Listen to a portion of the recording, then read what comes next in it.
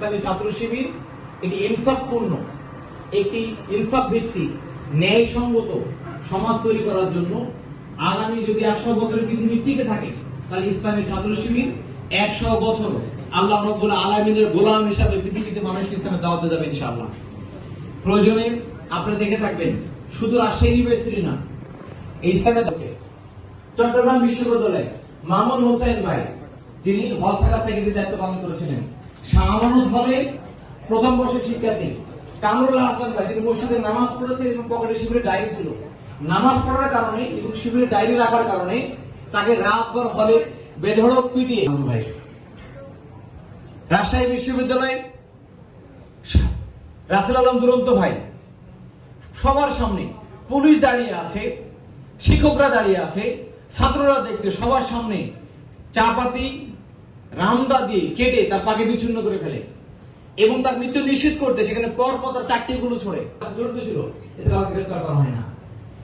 ইসলামী ছাত্র শিবির সাতক্ষীরা থেকে শুরু করে পঞ্চগড় পর্যন্ত, নকশাল পর্যন্ত এই বিগত 48 বছর ইসলামী ছাত্র শিবিরে 234 জন ভাই আমরা জীবন দিয়েছি। উদ্দেশ্য একটাই, যে আল্লাহ রাব্বুল আলামিনের কালাম, আল্লাহ রাব্বুল আলামিনের ইসলামকে পুরো বিশ্বের সামনে ছড়িয়ে দেওয়ার জন্য, মানুষকে সত্য ন্যায় আহ্বান দেওয়ার জন্য আমরা ইসলামের জন্য আমরা জীবন দিয়ে যাচ্ছি। আপনাদেরকে সে শপথ দিতে হবে আজকের এই 11 শহীদ দিবসে, যে এই পৃথিবীতে আল্লাহ রাব্বুল আলামিন ছাড়া অন্য কারো হুকুম চলতে পারে না। যত অপকর্ম, যত অন্যায়, যত জুলুম হচ্ছে, এই চাঁদাবাজি হচ্ছে, মানুষ খুন হচ্ছে, ধর্ষণ হচ্ছে, এই সকল কিছুর মূলে রয়েছে আল্লাহ রাব্বুল আলামিনকে অস্বীকার করার মূল কারণ। আল্লাহর উলুহিয়ত, আল্লাহ শ্রেষ্ঠত্বকে অস্বীকার করার মাধ্যমে যারা সমাজ পরিচালনা করে, রাষ্ট্র ক্ষমতায় যায়, তারাই মূলত পরবর্তী মানুষের উপর জুলুম করতে পারে বা করে থাকে সবসময়। সমাজের উপস্থিতি আমরা আহ্বান করতে চাই আপনাদেরকে, ইসলামী ছাত্র শিবিরকে তারা হত্যা করে মামলা দিয়ে দমাতে পারে নাই।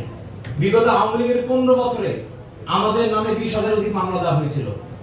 রিমান্ডের নামে জেলখানার মধ্যে এবং থানাতে আটকে আমাদের ভাইদের উপরে অমানসিক জুলুম চালানো হতো। ইসলামী ছাত্র শিবিরের কেন্দ্রীয় সভাপতি দেলোয়ার ভাইকে 52 দিন রিমান্ডে নেওয়া হয়েছে। থানার মধ্যে আমাদেরকে পাগল উপস্থিত করে ঝুলে পেটানো হতো, আঙ্গুল থেকে নখগুলোকে আমাদের উঠিয়ে ফেলা হতো। শুধু তাই নয়, রিমান্ডের নাম করে পায়ের মধ্যে বন্দুক থেকে আমাদের ভাইদেরকে গুলি করা হতো। আপনারা দেখবেন গত সদস্য সম্মেলনে শিবিরে অনেক ভাই এসেছিলেন যারা হুইল চেয়ারে করে এসেছেন, কারণ তাদের পাগুলো ঠিক নেই, তারা হাঁটতে পারেন না। রিমান্ডে নিয়ে অমানসিক জুলুম করে আমাদের ভাইদের পাগুলো বিকল করে দেওয়া হতো। 16 বছরের শিশু, বলতে পারেন আপনারা, ছোট মানুষ সোহান ক্লাস 9 এ পড়াশোনা করে, সে শিবির করার অপরাধে 2016 সালে ঝিনাইদহে 3 দিন থানায় আটকে রেখে তাকে নির্যাতন করা হয়। এক পর্যায়ে তার 2 চোখের উপড়ে ফেলা হয়, উপড়ে ফেলার পরে তার মৃত্যুবরণ হয় সেখানে। 3 দিন পরে তার লাশকে আমরা চুয়াডাঙ্গায় খুঁজে পাই। আমাদের ভাইরা খুব সুন্দর হাসাহাসি করতেছেন, ভালো লাগলো দেখে যে আমাদের ভাইরা, আমাদের শহীদ ভাইদের গল্প শোনা করে আমার হাসি পাচ্ছে। আলহামদুলিল্লাহ, আল্লাহ রাব্বুল আলামিন আমাদের হাতে তৌফিক দান করুন। আমরা দোয়া করি ভাইদের জন্য। ইসলামী ছাত্র শিবির কখনোই ক্লাস 9 এর একজন কর্মী কখনো মাথা নত করেন নাই কারো উপরে, কারো কাছে গিয়ে।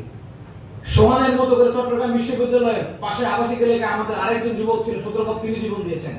একইভাবে তার চোখগুলো উপড়ে ফেলে তাকে শহীদ করে দেওয়া হয়েছে।